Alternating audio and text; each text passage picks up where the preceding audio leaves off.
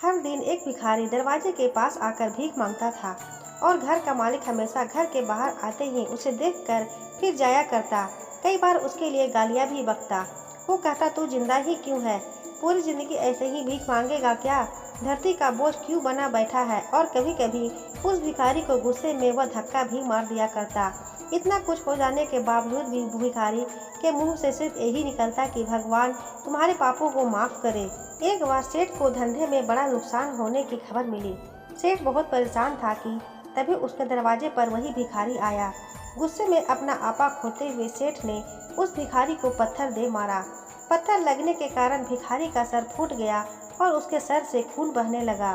फिर भी दर्द से कहराते हुए भिखारी ने इतना ही कहा, भगवान तुम्हारे पापों को माफ करे। भिखारी वहां से चला गया।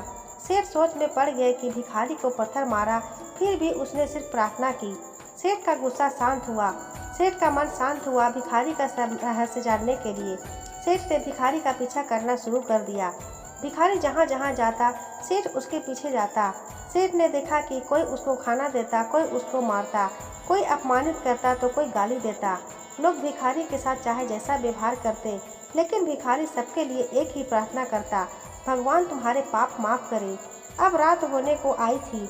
भिखारी अपने घर के जाने के लिए लौटा। देवी अपने घर पहुंच गया, लेकिन सेठ अब भी उसका पीछा कर रहा था। एक पुरानी टूटी हुई खटिया पर एक बूढ़ी औरत लेटी हुई थी। काफी कमजोर और बीमार लग रही थी। वह भिखारी की पत्नी थी। अपने पति को वापस आता देख वह खाट से उठ खड़ी हुई। पत्नी ने अपने पति के भीख मांगने वाले कटोरे में देखा, उसमें सिर्फ आधी बासी रोटी थी। उसे देखकर वह बोली, आज बस इतना ही मिला? और हाँ, आपके सिर से खून निकल रहा है, यह चोट कैसे लगी?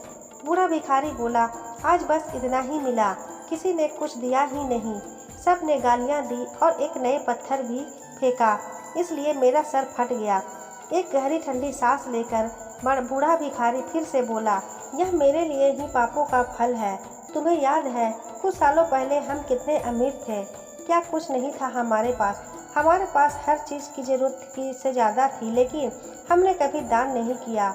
और उससे भी बुरा हमने उस अंधे भिखारी के साथ किया जो हमारे द्वार पर भीख मांगने आया करता था। बूढ़ी पत्नी की आंखों में आंसू आ गए। वह बोली, हाँ, हम उस बेचारे अंधे के साथ बहुत बुरा करते थे, उसका अपमान करते थे, उसे खाने के लिए रोटी की जगह कागज दिया, उसका मजाक उड़ाया करते और कभी कभी मारा भी करते। मैंने कभी उसको रास्ता नहीं दिखाया। एक बार मैंने उसके मुंह पर मिट्टी भी फेंकी थी और वह हमेशा दुखी होकर यही कहता कि भगवान तुम्हें तुम्हारे किए गए सजा देगा, भगवान तुम्हारे पापों की सजा जरूर देगा। उसका श्राप सच हुआ और हम इस दुख भरी जिंदगी में आ गए। भिखारी बोला, हाँ, उसका श्राप सच हुआ, इसलिए किसी को बद्दुआ नहीं देता। चाहे कोई मेरे साथ कैसा भी कर बर्ताव करे, मैं हमेशा उसके लिए प्रार्थना करता हूँ। मैं नहीं चाहता कि कोई भी हमारे जैसी जिंदगी का अनुभव करे, किसी को भी हमारे जैसे दुखों का सामना करना पड़े। वो नहीं जानते कि वह कितना बड़ा पाप कर रहे हैं, इसलिए अनजाने में हुए पाप की ऐसी सजा किसी को भी ना मिले। मैं नहीं चाहता। सेठ वहीं पर छुप कर यह सारी बातें सुन रहा था। अब उसे सब कुछ समझ में आ गया।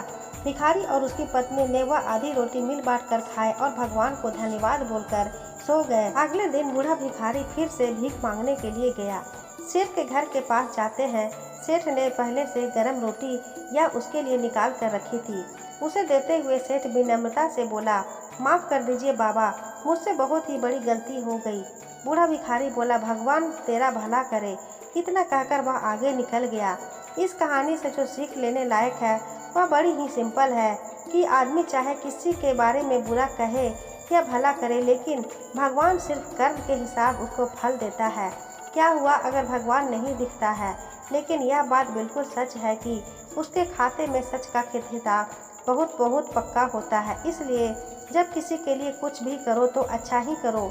तो दोस्तों, अगर आपको यह कहानी अच्छी लगी हो तो वीडियो को लाइक करें, अपने दोस्तों के साथ शेयर करें। चैनल पर नए हैं तो चैनल को सब्सक्राइब करें, बेल आइकन को प्रेस करें ताकि जब भी मैं कोई नई वीडियो कहानी डालूं तो आपको नोटिफिकेशन सबसे पहले मिल सके। तो मिलती हूँ ऐसी एक और नई कहानी के साथ। धन्यवाद।